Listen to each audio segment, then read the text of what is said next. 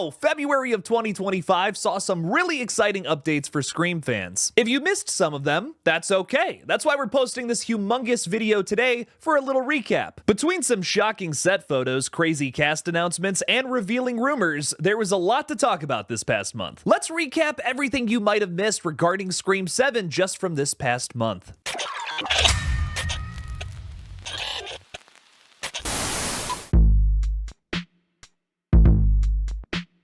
You maniac! You blew it up! Scream 7 has made yet another puzzling casting decision this past week, which has some fans super excited for this new installment, while others are up in arms, losing any and all faith in this one. Today, let's talk about the reality of this confusing situation, and if there's any hope left for Scream 7 to be taken seriously at all. Now let's get into it. Hey everybody, I'm KillJoy Jake, and instead of having friends, I have horror movies. Deadline reports this week that 2 dead ghost faces from Scream's past have just joined the cast for Scream 7. What is going on? I've been making jokes in these videos about I think we're living in the Matrix. I think this confirms it. Those 2 include Scott Foley, who played Roman Bridger in Scream 3, Sydney's long-lost brother, and, drumroll please, Matthew Lillard as Stu Macher. If you've been following Scream for some time now, you've probably heard theories from folks about how some people don't think that Stu Macher actually died at the end of Scream 1. This news, of course, lit the fan base on fire, some people speculating that Stu could actually still come back from the dead. The impetus for this theory, of course, comes from a few things. Some fans claim that dropping a 50 to 60 pound CRT television on your head would not actually kill a man, and also Matthew makes a little cameo in Scream 2 that came out just a year after the original. This led fans to believe that the character was still alive, lurking in the shadows, waiting for the best time to strike again. This is a possibility as of right now because no character details have been reported from Deadline as to what Matthew Lillard or Scott Foley's role will be in the upcoming Scream film. Even though I'm pretty much about to debunk it in today's video, it is a possibility that they could be reviving these very, very dead characters. This is one of the most divisive updates we have gotten for Scream 7, which is saying something considering the last 2 years of updates. Just to recap some of those, Melissa Barrera, the star of Screams 5 and 6, was fired from the upcoming project for posts made to her social media page. The original director of Scream 7, Christopher Landon, dropped out of the project because things got too toxic. He was getting attacked by fans on the internet. There's been multiple delays to the production, a ton of script rewrites, and a bunch of confusing casting decisions. It has been one of the most tumultuous things I have ever covered on this page, without a doubt. This update is up there though, because while some fans are super excited, others have lost any and all faith in this new movie. The other side to this argument is that bringing back Stu is nonsensical, as the character clearly died in the 3rd act of the original film, receiving multiple stab wounds from his partner Billy and one of the heaviest television sets known to man straight to the face. There's also the question of why would he wait this long to exact his revenge on Sydney, and where has he been hiding all this time too? I mean, has he just been jerking off in that secret basement we just found out about in Scream 5? Scream 7 might answer that question with a yes, dude.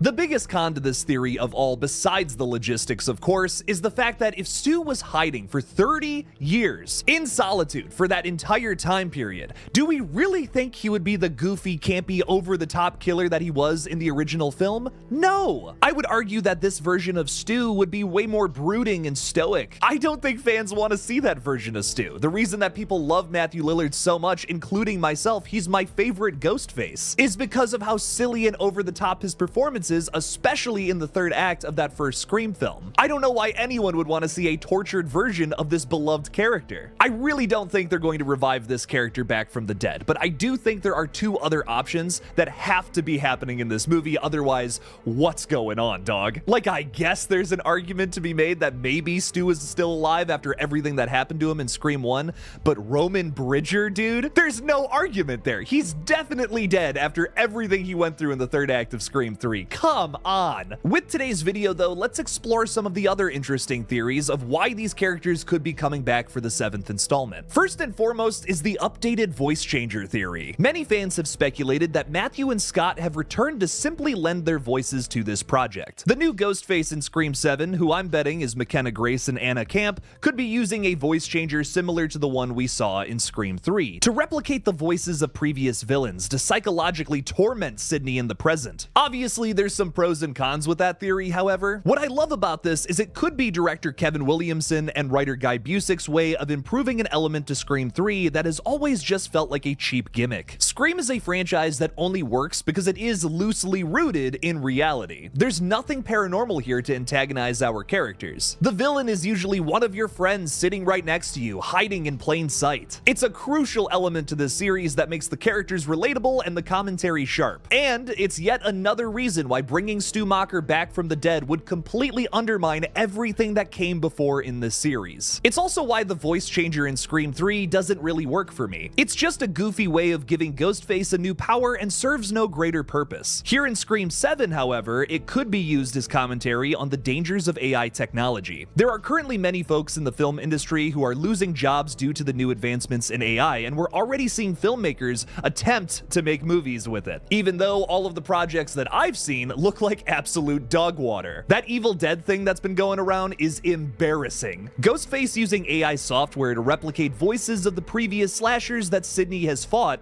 would make for some sharp commentary here that vilifies the taboo tech. This could also mean that more names from the past may be announced soon, including Skeet Ulrich, who played Billy Loomis in the original. More on that later. While I do really like the idea of reinventing some kind of half-assed idea from a previous Scream sequel, it does come with its cons. AI commentary has already been done in many horror films already, the most popular probably being Megan from 2023. This could also just simply be utilized for nostalgia baiting, which is so anti-Scream in my opinion. Scream is a franchise that, yes, has built itself around nostalgia for horror movies, but in a very unique and specific way. Scream pointed the finger at many horror movies in the original film, including Halloween, A Nightmare on Elm Street, and Candyman. It identified the slasher tropes and purposefully subverted them to tell a fresh story. That's why it's the giant franchise that it is today. For instance, Sidney Prescott loses her virginity during the events of the first film, and still defeats both of the douchebags under the mask in the end. Sidney defies Randy's list of rules to survive a horror movie, and she still comes out on top. That's what makes her one of the best final girls out there. If Scream 7 just brings back Matthew and Scott to voice their characters from the past with no real greater purpose, it would turn the series into a rule-following by-the-books franchise. Scream is punk rock, man. This franchise should never just copy and paste what all the other movies are doing. That's the whole point. This announcement just has me so worried they're going to land themselves into that hypocritical pitfall. The only way a reinvention of the voice changer thing can work here in Scream 7 is if it plays into Ghostface's new motive. This killer has to want to torture Sidney for a reason we just don't know yet. If they execute this right, I'd be all for it, even though that does mean we won't hear Roger L. Jackson's beautiful deliveries as much in this one. Now, with all of that, there's another theory bouncing around right now that is a massive gamble, but if they execute it correctly, it could make for one of the coolest sequences in a Scream film ever. Daniel Richtman, an industry scooper, has just reported that Skeet Ulrich is also being eyed to return for the 7th entry. Now listen, Daniel is a third-party source here, so take this with a grain of salt, but there might be some truth to this. I can totally see this happening, as Skeet previously appeared in Screams 5 and 6 as hallucinations that only Sam Carpenter could see. If this ends up being true, we could see an opening scene that takes place before the events of the original Scream, showcasing Maureen Prescott's murder, the inciting incident to this entire series. Now, while Matthew Lillard and Scott Foley are already attached to Scream 7, what would also have to happen is that Skeet Ulrich would have to be cast in this film, as well as Liev Schreiber's Cotton Weary. Is it Liev or Liv? Liv Schreiber? That sounds wrong. We're just gonna call him by his silly name, Cotton. Scream 96 revealed that Billy and Stu were the ones to kill Sidney's mother a year prior to the first Ghostface massacre, one of the many elements to the big twist. Cotton Weary was wrongfully accused by Sidney, as Gale would point out in that film. It was then revealed in Scream 3 that Roman was the one to set this plan into motion, as he's Sidney's secret half-brother. Maureen Prescott rejected him after he found her and couldn't accept that his mother hated him. He ended up showing Billy Loomis a video video of his father having an affair with Maureen Prescott, which pissed him off so much it turned him into a cold-blooded killer. Now that's the basics on what we know about Maureen's murder, but what if Scream 7 added another layer to it? What if the opening scene to Scream 7 shows us how Billy, Stu, and Roman executed this with some other element that was previously unknown to us? Just like Scream 3, they could add more to this event by saying another person in Woodsboro was involved somehow. Maybe this character or a descendant of that character is our new killer here in the 7th entry. Something else really interesting that came out this past week is that Scream 7 allegedly takes place in a small town in Indiana. New set photos arrived this week that shows off some police vehicles that are labeled Pine Grove, Indiana. Maybe yet another person from Sydney's past has followed her all the way to the other side of the country pretty much. Now, while I think it would be awesome to see the inciting incident that kicked off every Ghostface massacre that followed,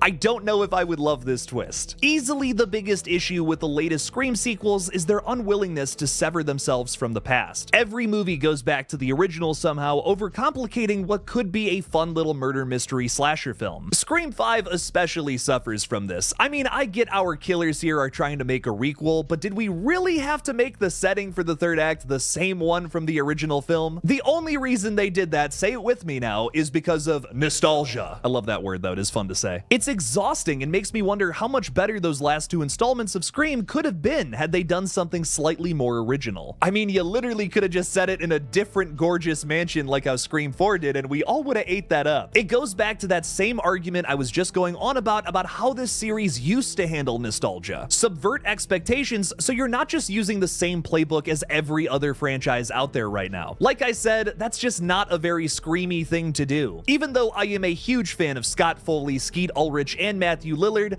I'm just not thrilled about this news. But I can't deny the excitement coming from a large portion of the fan base here. It's infectious seeing so many people excited to potentially see their favorite ghost faces on screen again. Even though I have my reservations, if they do just bring Stu or Roman back for whatever reason, I know a lot of fans will really enjoy something like that. It may not be my cup of tea, but it's not the end of the world. It is just a movie at the end of the day. I'm gonna live vicariously through a lot of you. All aboard the Stu train, baby. We're taking all the passengers we can get.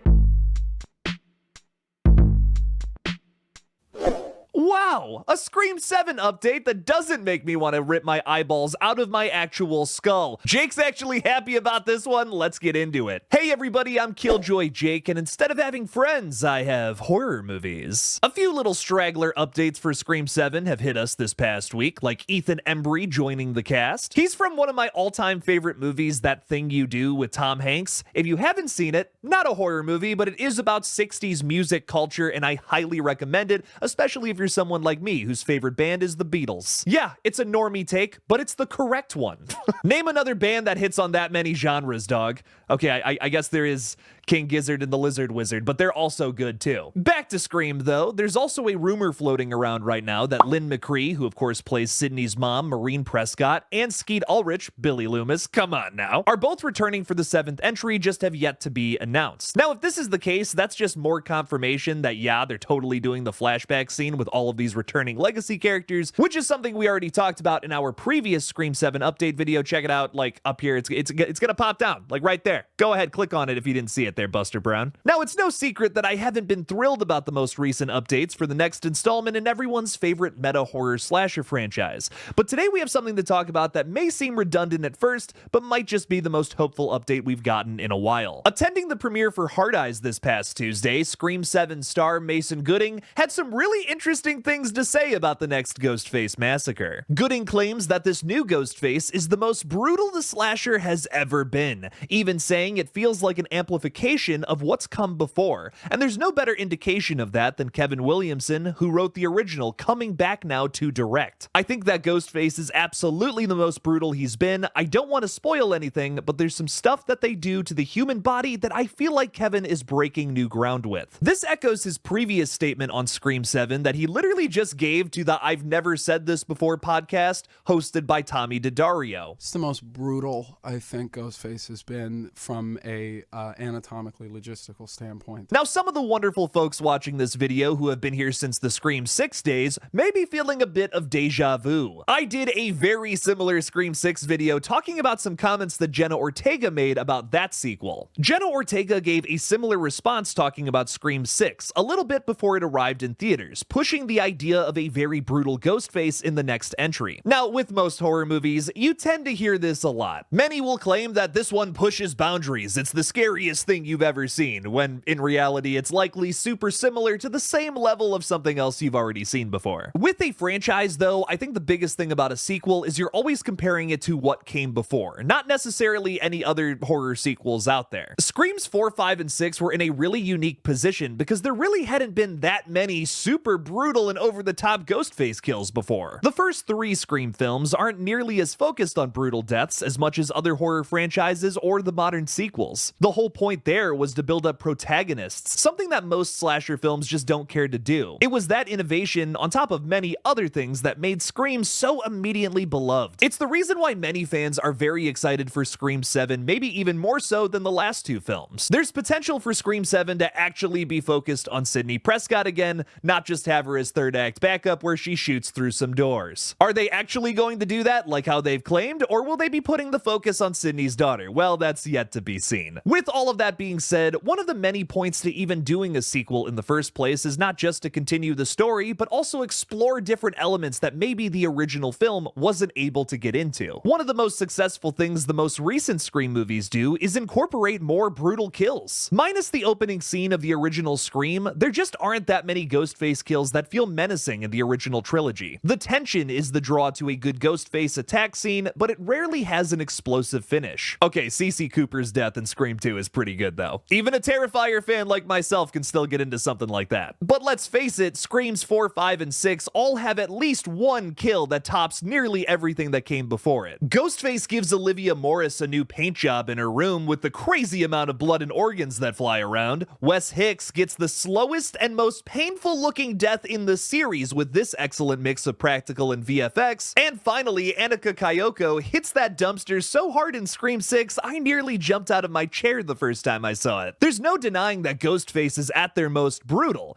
even if we haven't gotten a great chase scene in the last couple of flicks. This new quote from Mason here could mean that the Ghostface attack sequences in Scream 7 could be a best of both worlds scenario. Think about an elaborate chase sequence, something that calls back to the original 3 Scream movies. A new victim could be chased through a sick new environment we've never seen Ghostface hunt somebody down through, and then it of course ends with the bloodiest, goriest kill that any slasher fan could possibly want. Hearing that Kevin Williamson is potentially breaking new ground and testing the limits of the human body has me very excited to see both of these crucial elements get jam-packed together for this new sequel. Even though Sick from the top of 2023 frustrated me so much with its inaccuracy to a pandemic that literally just happened, I found the strongest element to that film to be the chase scenes. I'm just speculating here, but those had to be Kevin's ideas, right? Easily the best part of that flick is when our final girl must cross a lake on this tiny raft that the killer tries to stab her through. It's like if a typical Scream chase scene met the raft short from Creepshow 2, it rocks. You could cut the tension in that scene with a knife, sorry about the bad dad joke. If Scream 7 is trying to be the 90s throwback film that I think it's trying to be, I'm not really sure with some of these most recent updates, that would be a really inventive and fresh way to take it down. Like, you're not just doing the exact same things as Scream 1 through 3, you're taking those elements and modernizing them in a good way. If Ghostface gets his most brutal kill in Scream 7, it'll absolutely put this film on the map, and maybe make up for some of the areas where it will likely fall flat. Since we're doing a Scream 7 update with a slightly more positive demeanor, I thought we'd end this one on a good note. I think no matter what happens with Scream 7, hopefully the film still feels like a continuation to this specific series. There is a world where we get the best elements of the original 3 Scream movies and the best elements of Screams 4, 5, and 6, which are 2 very different periods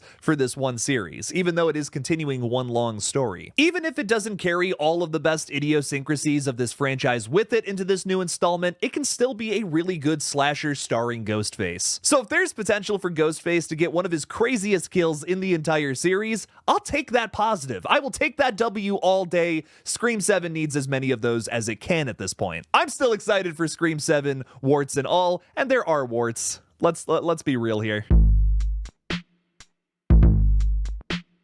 Some new Scream 7 rumors might just restore my faith in this plagued sequel. Well, let's get into it. Hey everybody, I'm KillJoy Jake, and instead of having friends, I have horror movies. There's been a lot to talk about regarding Scream 7 since it went into production. Patrick Dempsey dropped out and got replaced by Joel McHale to play Sidney Prescott's husband. Matthew Lillard and Scott Foley have joined the cast despite their characters dying in previous entries, and Mason Gooding has been hyping this movie up like he just received the biggest paycheck of his life. Maybe he did. On top of that, we have some really interesting rumors to discuss in today's video that come from CineStealth, a third-party source we've talked about many times before on the channel. He just dropped a ton of little tidbits in the middle of the night, and we're gonna suck on each of them individually, if you know what I mean. I will say some of this stuff might just be smoke and mirrors. It could just be a bunch of BS horse crap rumors.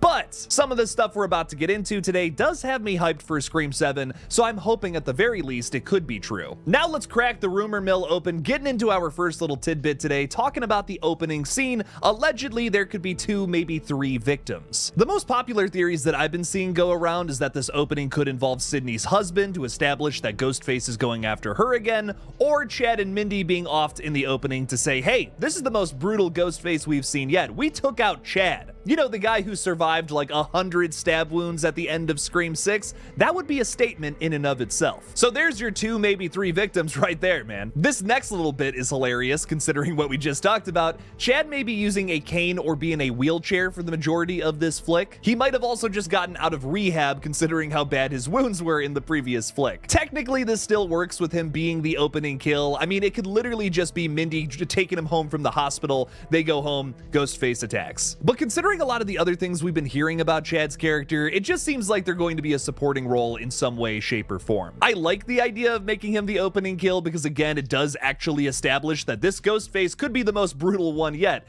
but I don't think that's actually going to be a reality. Love the theory, though. Not the first time I've heard this one. Sidney may have a stalker in this new movie that follows her around, kind of obsessed with the whole true crime angle that she's been through in her whole life. Maybe also a stab fan, too. Now, this could be a red herring. This could be commentary on how Scream 6 had a real person try to break onto the set and get some information, which is crazy. But it likely pertains to something else we're about to talk about in just a few minutes here, so stay tuned. We'll come back to this one. Gale has a public scandal with a male news reporter, which is likely Mark Consuelos' character. It also seems like these two characters may have to work together, going to a psych hospital somewhere, getting a bunch of information on the past. Maybe that character that we were just talking about a minute ago. So there's a lot to unpack here. First of all, this character who's been stalking Sidney is likely this mental patient that has escaped from this psychiatric facility. I don't know if that says they're the Ghostface or not in this new movie, but they could have some sort of connection to the past that tells us who the new Ghostface is. My guess is whoever our Ghostface ends up being was someone who was at this psychiatric facility, if this rumor is to be believed. Another thing I want to bring up here is that Gale working with a character she doesn't like is not a first for the series, even remotely. This sounds a lot to me like her relationship with Jennifer Jolie, Parker Posey's character from Scream 3. They have that entire scene in a records room where they bump into Carrie Fisher. Maybe Gale is getting lonely after Dewey's death. One of the most exciting rumors from today's list is that Ghostface is rumored to kill somebody by strangling them with their own intestines. This echoes a lot of what Mason Gooding was saying recently about Scream 7 featuring the most brutal Ghostface, and if this is true, that is definitely the case. I can't think of a more brutal Ghostface kill than that. That's insane. If you're gonna have the goofy Scooby-Doo plot that Scream 7 is likely going to have, you can at least counter that with some really gory, over-the-top kills. If I can't take the story seriously, maybe I can just enjoy the kills. It sounds like Scream 7 is going to be jumping through a lot of hoops to make this one connect back to the original, a la the psychiatric facility. Maybe Stu's been staying there the whole time. Oh god. CineStealth also says that Scream 7 is going to wrap up some loose ends from 5 Cream and Scream 6. Personally, I think the only loose end that needs to be addressed is where the Carpenter sisters are at. Scream 6 ended with a little bit of romance between Jenna Ortega's Tara and of course Mason Gooding's Chad, but we know that the Carpenter sisters are probably not appearing in this new entry based on some recent controversies. Why is Chad not with his girlfriend? Maybe they're off doing something else. Finally getting their mother from that conference in London, perhaps.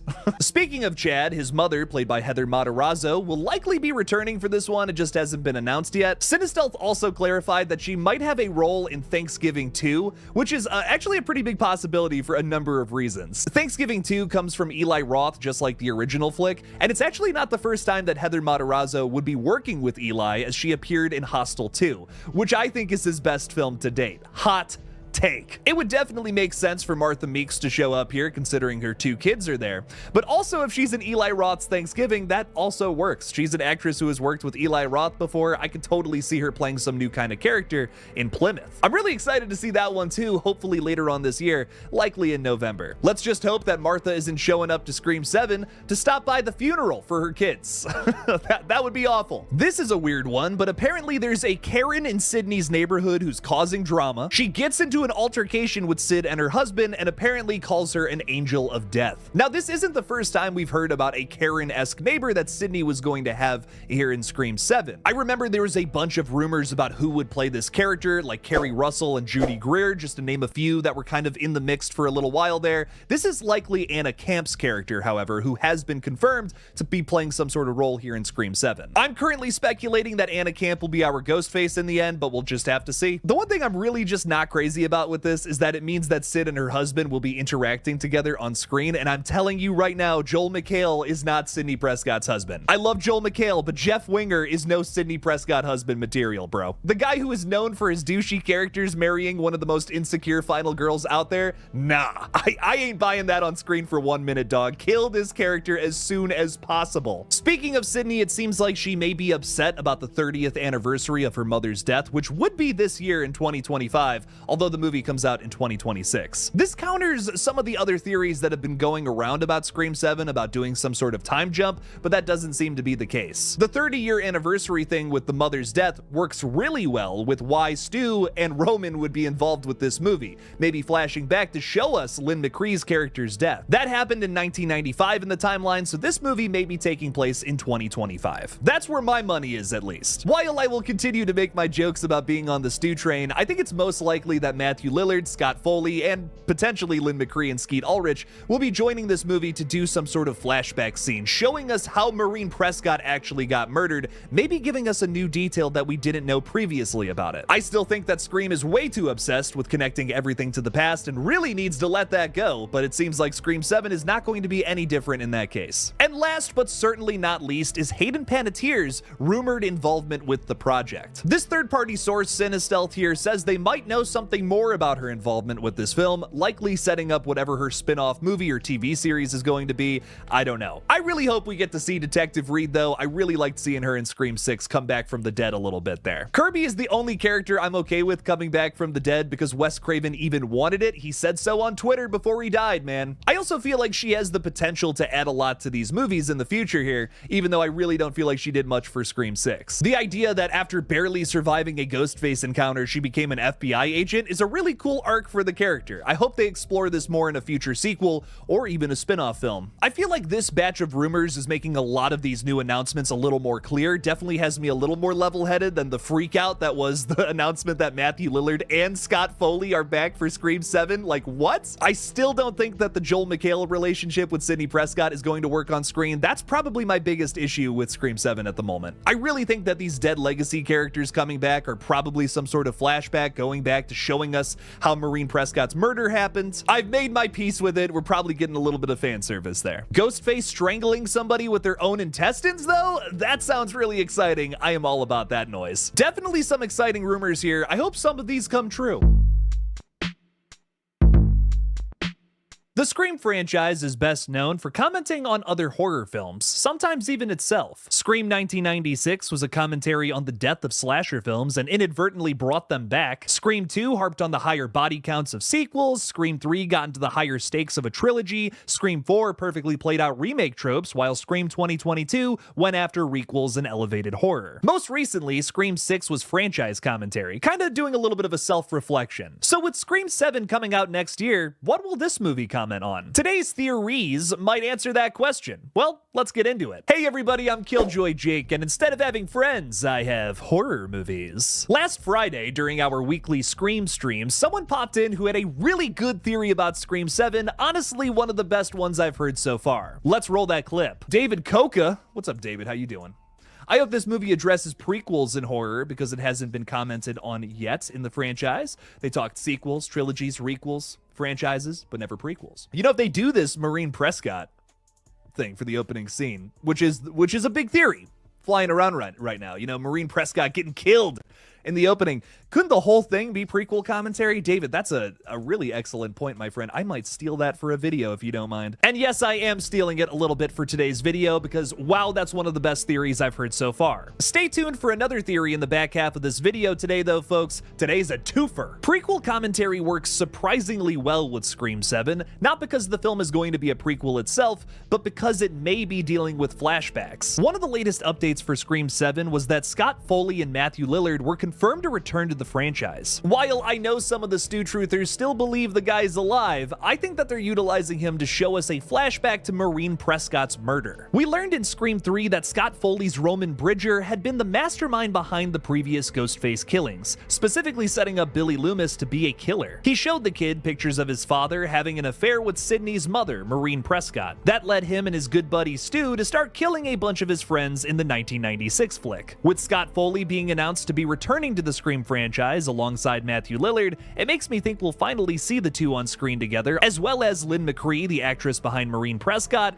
and Skeet Ulrich as Billy Loomis. Now, we've already gone over the why in a bunch of different videos on this page. What I mean by that is why they would show us that here in Scream 7, and maybe not in something like Scream 2, Scream 3, where it's a little more relevant. If you want to hear me talk a bit more about that, check out this video up here. Today, however, I want to talk about how this could be setting up prequel commentary in the franchise, and might even show us this kill from a different character's perspective. Scream could simultaneously poke fun at the common issues with prequels while also dipping into that territory themselves. Prequels, by definition, have the problem of being a little too predictable. They often end right where the original movie starts without adding much to the actual conversation. And sometimes they're really only made to continue a franchise when a sequel is impossible. A good example of a great horror prequel is the Texas Chainsaw Massacre: The Beginning. I don't care if the critics give it a 15% on Rotten Tomatoes, this movie freaking rocks. While a sequel comic does exist, a movie sequel would be challenging, considering Thomas Hewitt, aka Leatherface, lost an arm in the third act of that film. I hear it's really tough to perform a chainsaw massacre with only one of these bad boys. The film mainly focuses on building up its antagonistic family, the Hewitts, before the events of the 2003 remake, and how they assumed different roles in their terrifying operation. I especially love Charlie Hewitt's backstory, played by the undeniable R. Lee Ermey, rest in peace, showing us how he took on the role of Sheriff Hoyt. If Scream goes down the prequel route, they should do something similar. Maybe give us a better understanding as to why Stu went along with Billy's plan. When asked by Sidney Prescott in the original Scream what his motive was, all Stu could offer up was a deflection of humor. Police are on their way. What are you gonna tell them? Peer pressure. Now, the dude is literally bleeding to death in this scene, so maybe he's just done at this point, but I think there could be a deeper meaning to this response. Stu Macher is a misogynistic rich kid who says and does whatever he pleases. His girlfriend Tatum even gives him some flack for his big mouth multiple times. I think if they were to show us Maureen's murder from Stu's perspective, we might be able to learn a lot more about the guy. Maybe he didn't want to get involved with all of this initially, but his best friend Bubble Butt Billy made him do it. Maybe the guy just never had the cojones to speak up for himself, a fatal flaw. And maybe, just maybe, someone who is still out there knows about Stu's secret and wants to seek revenge for the dude who got his head smashed by a TV back in 1996. Another theory that's popped up recently, though, from a very kind gentleman, might I say, named Michael Kelsey. Michael left an excellent counterpoint on one of my most recent videos, saying that he loves my take on horror but disagreed with my assessment. Now, we're gonna get into Michael's thoughts in just a second here, but can I say I just love this comment? I don't do all of this just so I have a bunch of people that agree with me. That would be super boring and something called an echo chamber. I do all of this so that we can have that conversation, so we can talk about how Scream 7 can be the best it can possibly be. That's why I'm so critical on this series. It's because I love it so damn much. Not to skew too far off here into a total side tangent, but some of you guys have been accusing me of not even being a Scream fan because I've been critical of a lot of Scream 7's updates. Truth be told, I love Scream. It is one of the most intricate and thought-out slasher franchises in the game that has ever existed. With that being said, you can't tell me that making a new continuation in this series is an easy task. There are so many things about that original 1996 film that are just so perfect, and in my opinion, all of the sequels have fumbled at least one of the vital elements that makes that original so golden. Some of those elements might include a thought-out murder mystery, a shocking Ghostface reveal, horror commentary, strong characters, tension-fueled chase scenes, over-the-top kills, and there might even be something else that you can think of that you want to see in Scream 7. Considering all of those crucial elements to making a great Scream film, how could the entire fan base be happy about all of the updates we've received for this film? There are beloved characters who aren't showing up for this entry because of some BS behind the scenes drama, which resulted in massive production delays and an entire overhaul of the Scream 7 script. The original director of this film, Christopher Landon, dropped out of the project because of the ongoing drama, and threats made to him and his family from this fan base. Joel McHale has been cast as Sidney Prescott's husband, even though he's best known for his womenizing and demeaning characters like Jeff Winger on Community. And on top of all of that, there have simply been some updates that go against the basic structure of what makes Scream Scream. You might not agree with me, which is totally fine. Don't let my little criticisms here kill your excitement for this upcoming Ghostface massacre. But if you think that the guy who's been posting passionate updates for his favorite slasher franchise for the past 5 years doesn't even like this series, that's capital C crazy. All I'm saying is some of y'all are starting to sound like Richie Kirsch out here gatekeeping this franchise. Okay, rant over, let's get to Michael's awesome comment here. Michael essentially pitched the idea of Scream 7 being a retcon sequel. That's when a new franchise continuation ignores any or all of the sequels to tell a fresh story, only tying back to the original film. The best example of this is probably Halloween 2018. Prior to that 2018 film, there were 10 Halloween films total, 6 sequels to the 1978 original, some even in different timelines than others, 2 movies that form a remake timeline, and of course a standalone movie about evil masks powered by Stonehenge. Season of the Witch is so good, even if it doesn't have Michael Myers in it. God, I love that film. Trying to connect all of those movies together or asking a general audience to rewatch 10 movies before a new entry just doesn't make a whole lot of sense. Halloween 2018's approach proved to be popular because now new creatives could focus on their favorite elements to the series in their own fresh stories. This is something that many franchises have done since, including the Scream franchise.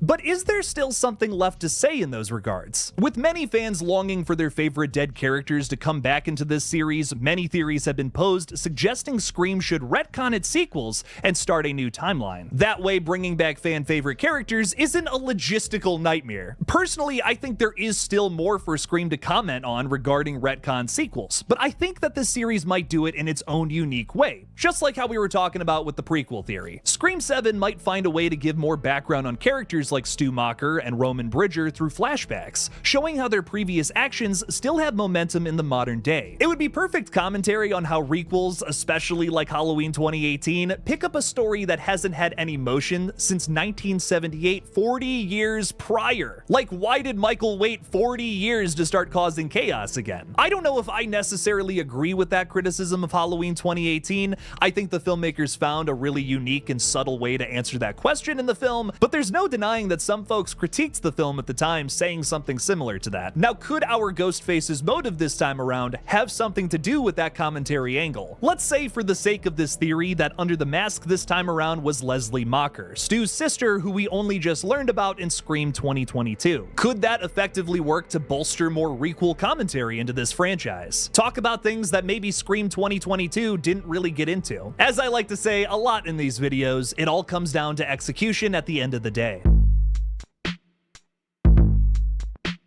Legacy cast members Jasmine Savoy Brown and Scott Foley just gave us some updates this weekend that teases the insanity of Scream 7. Now let's get into it. Hey everybody, I'm KillJoy Jake, and instead of having friends, I have horror movies. Entertainment Tonight spoke with Jasmine Savoy Brown this weekend, talking a little bit about Yellow Jackets Season 3, but of course, the topic of Scream 7 popped up as well. Talking about franchise creator Kevin Williamson being at the helm of Scream yet again, Jasmine said, "Kevin has already said this, so I can say it too, Mindy is his favorite character. And so for Kevin to direct this film and for us to get to collaborate together on this iconic queer character has meant everything to me. I am honored." When asked about sharing the screen with iconic Scream actors such as Scott Foley and Matthew Lillard, the actress hesitated a little. Continuing, she says, "Oh man, I mean, like, you almost got me, but you didn't. But you actually almost got me." She goes on to say that she had a lot of fun hanging out with the actors off screen, but never confirmed any details about sharing scenes with them. But I'll say this,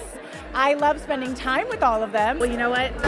You smell like success. Putting my bias aside here, I genuinely don't think we're going to see the return of these dead characters, although many fans believe it to be so. Had they just announced Matthew to return as Stu Macher yet again, I'd feel a little differently, but considering that they first announced that Scott Foley would be back as Roman Bridger in some capacity, I feel like something else is going on here. I guess it's arguable that Stu could still be alive, but even those on the Stu train would likely agree that a bullet to the dome will put you down if not CRT televisions, right? I don't believe that we'll be seeing Mindy face off against ghosts from the past. If she even makes it to the third act this time, that is. Speaking of Roman, Scott Foley was in an interview recently as well, where he was fingered for information. Did you like the emphasis on fingered? It's clear from his response that he's a master of dodging questions. Is it a hallucination? Is it a dream? Yes. Is it his twin brother? That's a great... Man, these are good questions. You Give are it good up. at what you do. He does, however, share a story about filming for another project down in Atlanta recently and accidentally getting onto the wrong bus. Foley describes the incident by saying, "The bus driver was like, 'Scream?' And I was like, 'Yeah.' He's like, 'No. Are you going to shoot Scream?' And I was like, 'No, I did that 20 years ago.'" He's like, this bus is for Scream actors. This might be Scott caught in a lie here, but I'm sure whatever he's hiding behind those eyes is something we don't want to know until the film releases on February 27th of next year. He does go on to say that he's excited and flattered to be continuing Roman's legacy. Although I do believe both of these characters are dead, there's no doubt in my mind that Scott and Matthew respectively are definitely going to be playing these characters again, but maybe in some sort of dream or flashback sequence to something that happened in the past. Maybe something new is revealed about these characters as well. As a longtime Stu Macher fan, this pathway has me especially intrigued. The most exciting update in today's video, though, is a rumor floating around about Leslie Macher's character potentially being involved in the story of Scream 7. If that name sounds familiar to you, she was a character briefly mentioned in Scream 2022. In some ways, a big reveal that Stu had an unseen sister all these years. Her son Vince was technically the first victim of Richie and Amber's Requel massacre. That's you, pretty boy! It has many fans wondering if she'll seek revenge on Sidney Prescott in this new entry for killing her brother 30-something years ago. Because, you know, she can't really seek revenge on the people that killed her son, because they're already dead. Maybe that explains why Melissa Barrera and Jenna Ortega aren't in this movie. Leslie Macher isn't going after them. Never fuck with the daughter of a serial killer. This new theory suggests that Leslie Macher was one of Roman's accomplices, just like Billy and Stu. This could mean that if Scream 7 does do a flashback scene to before the events of the original film, we could see Leslie Macher killing alongside her brother, his friend with the bubble butt, and the director of Stab 3. Not only was she involved in the murder of Maureen Prescott, but maybe she was an accomplice during the events of Scream 3. Many Scream fans have pointed out that it doesn't make a ton of sense that Roman did all of that on his own. Spatial logic alone would suggest that there was another killer running around the mansion in the third act of that film, helping Roman the entire time. Some have suggested that Angelina Tyler was the accomplice the entire time, but this would kind of render her as just a red herring in that film. Also, making her a Ghostface this entire time could sour the social commentary of Scream 3, which is in my opinion one of the strongest elements of that film. I can't say it enough on this page, but fuck John Milton. So will Leslie Macher be the big reveal in Scream 7? Well, I can certainly see actress Anna Camp playing the character, as she does bear a slight resemblance to Matthew Lillard. I think this could definitely be possible considering Scream's insatiable past of creating killers out of extended family members. It could also give us a new insight on Stu Macher, a Ghostface fans love so much they want to see him return from the dead. This could be a really inventive way of doing such a thing. As some of you who have been watching this channel for a long time now know, I'm really hoping to see the Scream franchise untether itself from the past and focus on the now. The more these sequels try to connect themselves to the past, the less value they hold in the present. Scream seems to be self-obsessed lately, and I miss the days when they would actually go all in on pointing out flaws in the popular horror trope of the time. Sure, they have some throwaway responses to the Saw movies and the elevated horror movement in different sequels, but I never felt the same sense of sarcasm that the original run had towards slasher movies. Scream really needs to stop being so obsessed with that original classic and focus on what's going on in horror right now. It always just feels like an afterthought in most of these sequels. Grow some balls, Ghostface, and make fun of your constituents. That's what you do best. Some new Scream 7 images reveal some pretty interesting stuff about this upcoming flick. Nothing too spoilery though for those who are concerned. Alrighty then, let's get into the update. Hey everybody, I'm KillJoy Jake, and instead of having friends, I have horror movies. Scream 7's production has definitely been keeping a tighter lip, trying to keep more things concealed before the movie even finishes wrapping filming. For instance, the casting director recently gave away how they choose actors and actresses to play Ghostface based on some of their past history and other projects that they've worked on. Why would you do that? Now I feel like it's super easy to pick out at least one person from the cast who is definitely going to be Ghostface in Scream 7. I did a whole video on that up here though if you want to check it out. Today's Scream 7 update, however, doesn't spoil anything about the film in particular. It really just gives us an idea of what the tone of Scream 7 will feel like. I gotta give some massive props to my friend Steven from Craven Something Scary for digging up these photos. Speaking of which, I'll be live with him tonight at 8 p.m. Eastern time over on his channel, and I'm sure we'll be talking about all this crap there too. Cracking this update video open, we have this shot of the downtown area of the fictional Pine Grove, Indiana, our new location for Scream 7. This is likely where Sydney and her family are living now, on basically the other side of the country, very far away from Woodsboro, California. It does, however, strike a resemblance to the downtown area we saw during Sydney's introduction in Scream 4, a film that I think 7 will be very similar to in tone. Honestly, when I first saw this picture, I thought it was that scene from Scream 4. I'm like, is Craven messing with me right now? I think that's just the downtown area from Scream 4 with the book signing and all that. It's not though, and there's a little link where you can go to the website of the city where they're filming in. Please don't go there and harass the cast members. Let them make the movie in peace, man. But next up here is a sign from the Pine Grove downtown area indicating a central building. I think we can see that same building here in this shot. I don't think we're gonna get a chase scene in these areas, maybe just introducing some new characters, or again, legacy characters just like how we did in Scream 4. This video starts to get juicy here, however, with this shot of a theater playing the Texas Chainsaw Massacre. Now this could be the location for some sort of chase scene, maybe even a death, while Leatherface is in the background doing his little chainsaw dance.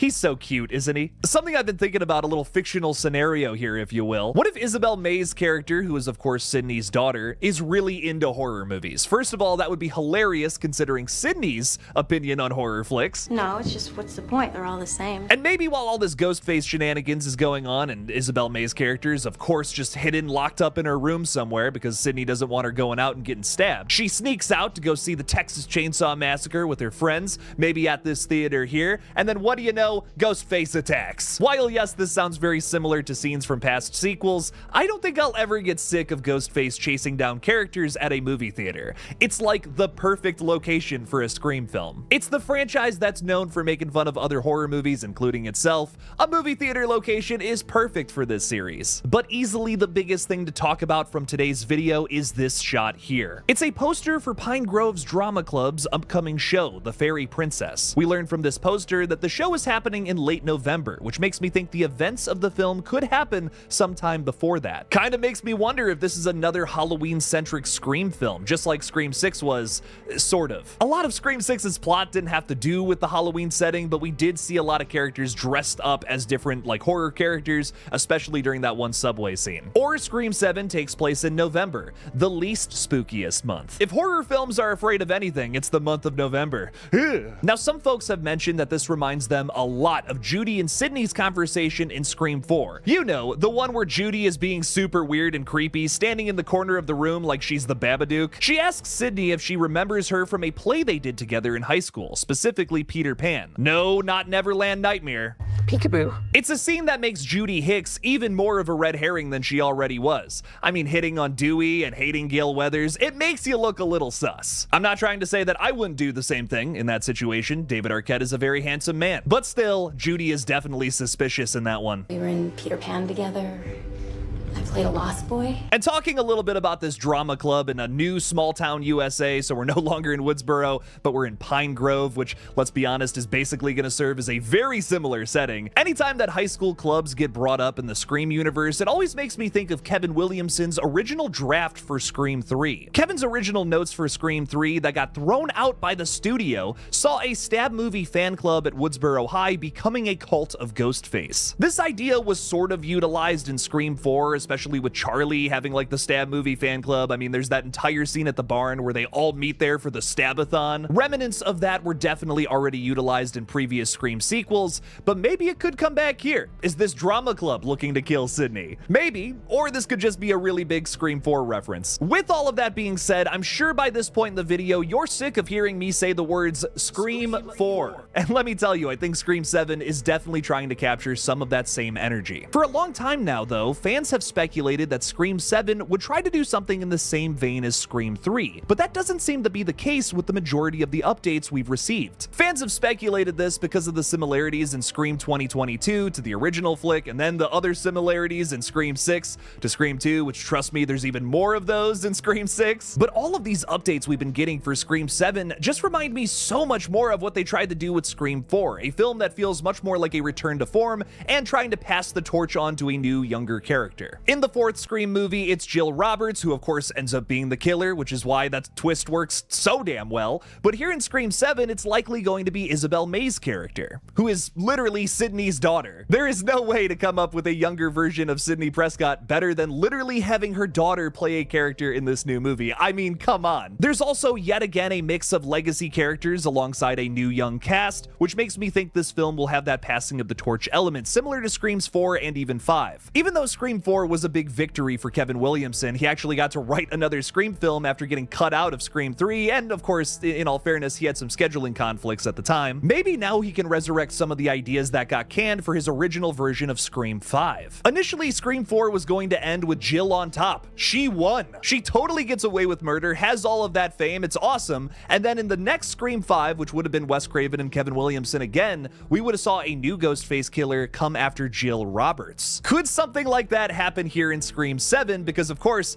that's not how Scream 5 played out. I would be so down for something like that, moving across like a new trilogy perhaps. Whatever the case may be with Scream 7, I feel like this film is going to try to capture that same energy of Scream 4. I really don't think it's going to try to capture that over-the-top campy tone of Scream 3 and try to have this big soap opera twist right at the end. It's probably going to be something that's a little more of a return to form, something a little more simple in small-town USA. At least the location we know about definitely reflects that. I would prefer Scream 7 to really swing for the fences and try something completely different out, which is incomparable to stuff from the past. But again, if you're going to do something from the past, you're going to dig up something that's already happened in the series. It might as well be Scream 4. The fourth entry has the sharpest commentary of the sequels, some of Ghostface's best kills at the time, and a shocking conclusion that still reigns supreme in an effervescent whodunit slasher series. If Scream 7 is anything like the fourth movie, your boy's down for it.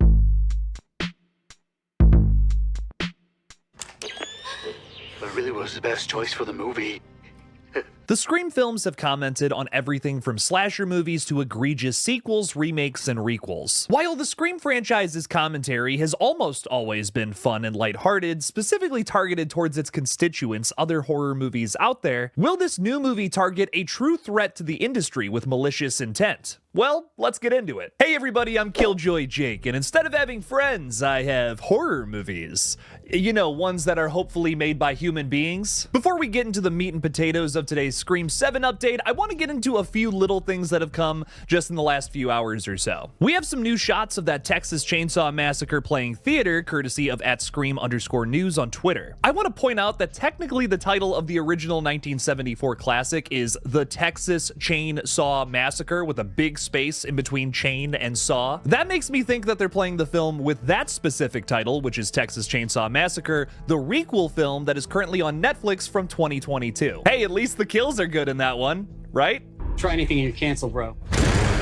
Pine Grove's downtown also features a political sign for a Ron Lynch running for mayor, and after further inspection, I believe this is a prop for the film itself. There's a Ron Lynch in Oklahoma, but not in Georgia where they're shooting this. Also, that Ron Lynch was not running for a mayoral position. Could Scream 7 have a similar situation to It's a Wonderful Knife, where you have some sort of political figure as like a centerpiece of your horror movie? I'm not sure. I mean, Joel McHale is playing a father figure in this movie, just like that 2023 whodunit flick, so maybe. Angel Falls, I give you Christmas. It's a weird possibility, or maybe it's just fleshing out this small town. These pictures from Scream News all but confirm a fall or autumn setting for Scream 7 as well, as they literally tossed a bunch of leaves all over the street here. Last I checked, It's February. The leaves haven't even grown back yet to fall off the damn trees. I can't wait for spooky season to start again. I'm all about another fall set Scream movie. I mean, it's like the best time to set a horror flick, man. Getting into the thick of it, as KSI would say, Daniel Richtman, a third-party source who has been reporting a lot of really interesting Scream 7 tidbits lately, has reported that the 7th entry will deal with AI deepfake technology and, of course, legacy characters. I do want to remind all our viewers at home, though, that Daniel Richtman is a third-party source, so take this next bit of the video with a grain of salt. A grain of Debbie salt. For those wondering why a Scream film would comment on the controversial subject of AI, it's because it's a big threat to the film industry right now. Back in 2023, the WGA and SAG-AFTRA strikes centered pretty much on two topics: labor disputes and for companies to avoid the taboo computer software. Since before these strikes were even going on, big corporations that make movies and TV shows that we all check out have spoken with other AI companies about potentially replacing workers with some of their software, which sucks major balls. Big ol' hairy donkey balls, in fact. Thankfully, though, it's been proven time and time again that AI should just stay out of the creative field after many people have made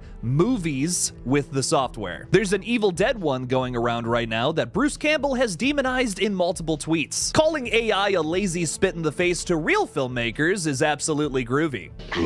Scream making a point to touch on this in their new installment wouldn't be totally out of reach for the franchise. Scream has always poked fun at different things happening in the horror space, and this would be no different, except maybe in tone. Scream is usually pretty lighthearted to its constituents, unless we're talking about Scream 3 where they ripped the Weinsteins apart unbeknownst to them. Still the biggest reason I have so much respect for Scream 3. AI would likely get a harsher treatment. It could be used for pure evil to aid Ghostface in their slaughter this time around, very similarly to a past film. The third Scream film saw Roman Bridger using a voice changer that's simply utilized as a new gimmick for Ghostface to manipulate certain scenarios. In my opinion, all it really does is take away from Roger L. Jackson's amazing vocal performance. Here in Scream 7, however, I think it could be utilized in an even better way. What if our new killers use this technology to replicate voices from the past, tormenting Sydney in the present? That sort of torment for our main final girl here could play into the issues of using the likeness of dead performers for new franchise continuations as well. A recently controversial subject for a very popular horror IP. There's a lot you could do with that topic to reinforce the commentary angle that Scream has kind of lost, especially in its last entry. While I've praised Scream 6 for trying to do something different for the majority of the time with the age-old Scream formula, it really doesn't have much to say about horror,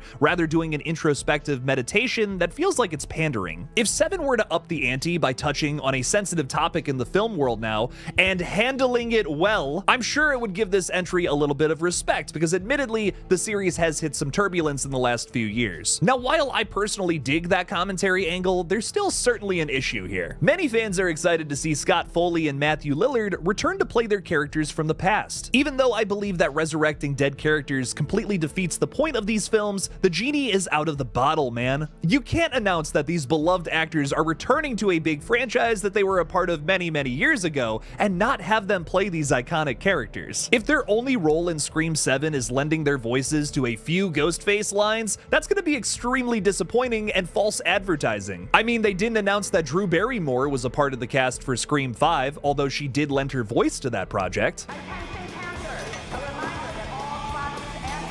Had they made that announcement before Scream 2022 came out, everyone would have thought that Casey Becker was alive and somehow back in this movie. I'm really glad they didn't do that.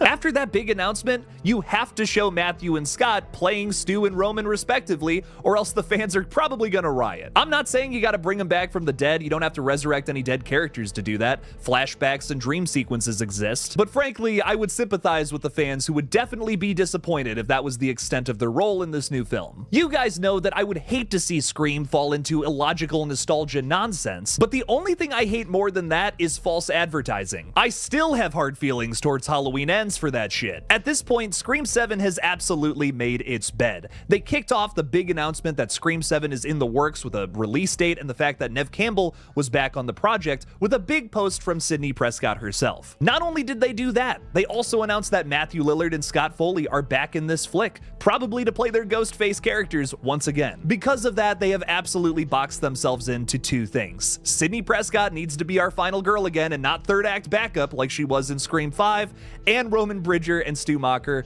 need to be in this film in some capacity. As much as I want to see Scream just get over itself already and stop connecting every single story to the past, this here is the film that they're teasing to us right now. Anything else is false advertising and frankly, a big trick to the fan base. You can't trick fans into seeing a new movie by giving them false hope that one of their craziest theories is going to happen. That's just a low blow. I'm really hoping that's not the case here, whether that aids the film or not. If Scream 7 decides to comment on AI and deepfake technology, personally, I think that works really well for the franchise. This series can definitely be criticized for being the white knight sometimes, even when its message becomes contradictory in some entries. I would, however, love to see this Scream take a hard stance against a real issue that affects its own industry. It's an excellent evolution for this series that feels like a big step in the right direction. Potentially another positive to add to the list here.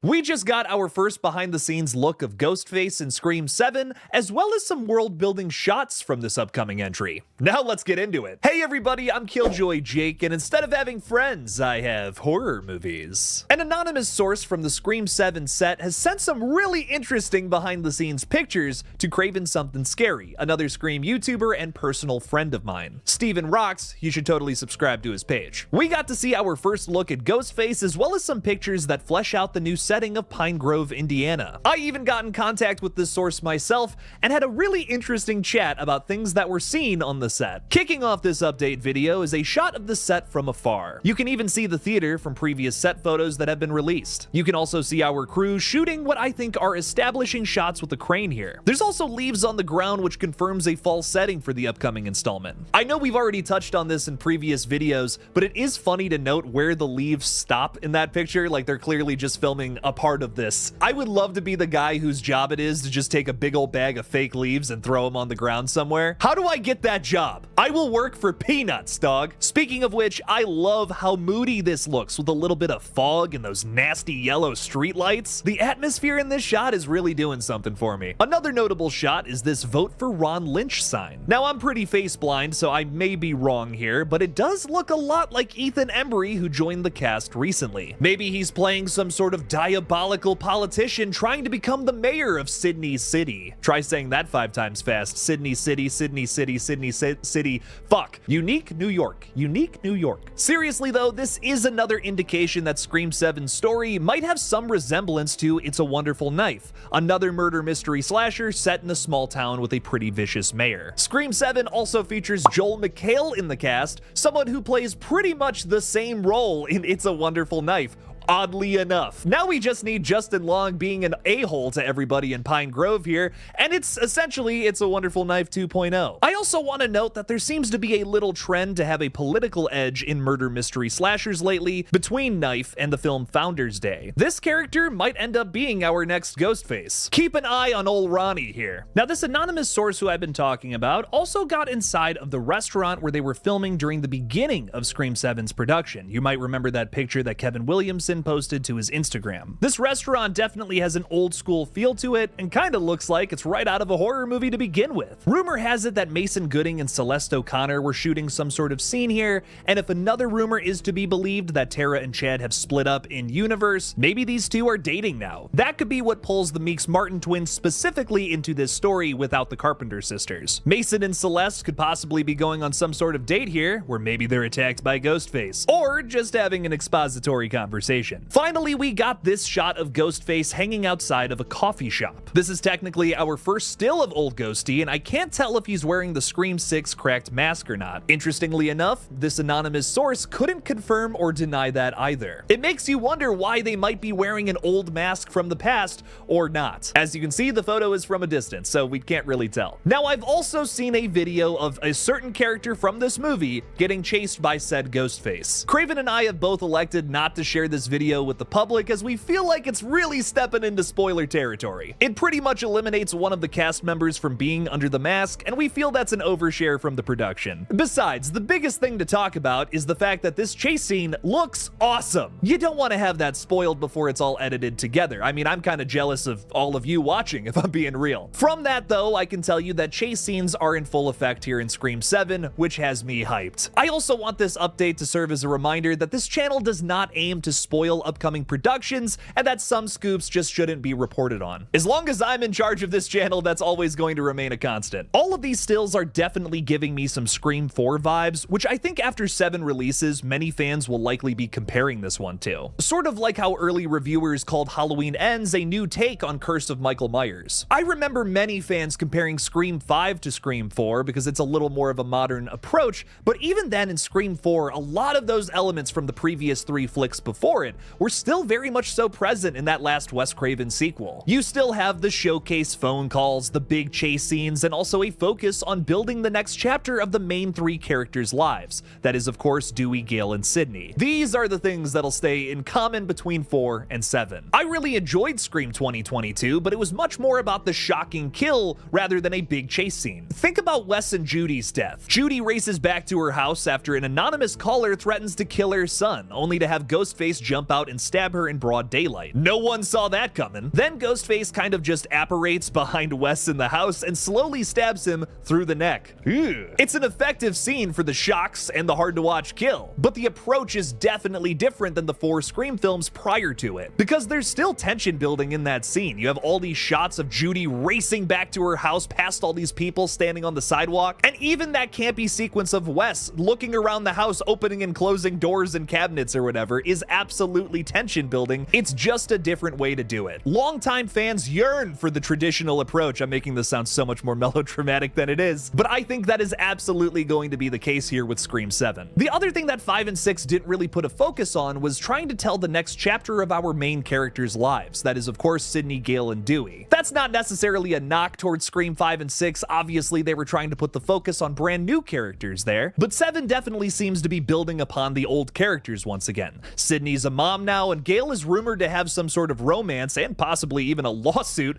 with this other reporter she's working with. My opinion is I just don't even want to see Sidney and Gale in a new Scream movie unless you're going to do something like this. If their only purpose in a new film is to be third act backup, then don't even put them in there in the first place. Personally, I'm loving what I'm seeing from a set that has a lot to prove. Scream 7, in a lot of ways, is the underdog of this franchise revival after multiple controversial setbacks and delays. Hearing about the passion on set from director Kevin Williamson and these killer-looking new shots definitely has the narrative flipping a bit for this storied franchise that hit some turbulence recently. Listen, I'm a Cleveland sports fan. I know what it feels like to root for the underdog. Scream 7 drops on February 27th of 2026, and your boy will keep you updated until then.